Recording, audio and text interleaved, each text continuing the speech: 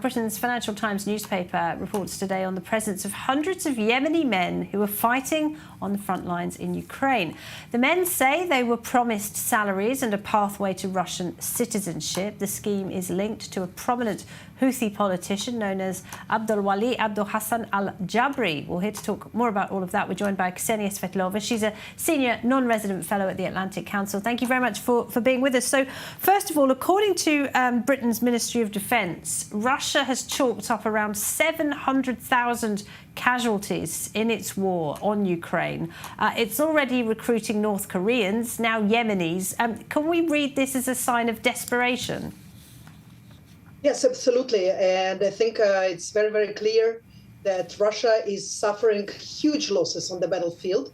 It is afraid to announce another official recruitment of young men, fearing the exodus of families, specifically young families from Russia. And it's hugely unpopular step. And I think that they exhorted their other resources, such as, for example, prisoners, whom they recruited about a year, and even more than that.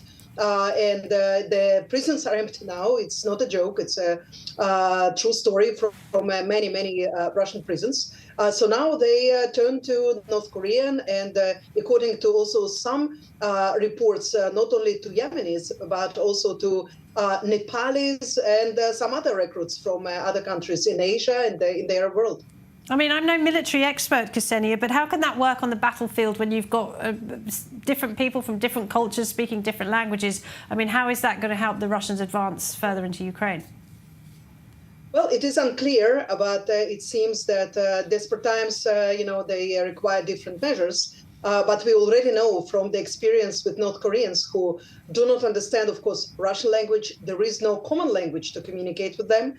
And as for the Yemenis that were recruited, many of them never, ever served in a regular army. So some of them were part of some militia at some point, but others have absolutely none military expertise. So it seems that also given not only cultural differences, but also the harsh climate of Europe at this time, Eastern Europe, it's very cold in winters, as we know, this whole thing.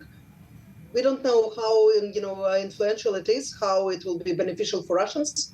But they're doing what they're doing. What is more troubling is what the Yemeni Houthis are getting from Russia in return to this men. And we know that they were promised weapons. We don't know if these weapons reached the Yemeni shores. But in any case, we are speaking about communication with the terrorist group that is causing a lot of harm on Israel's neighbors, such as Egypt and also Jordan. And it's firing on basically everyone, Western ships, ships that belong to Arab states, Turkey, even China, and so on.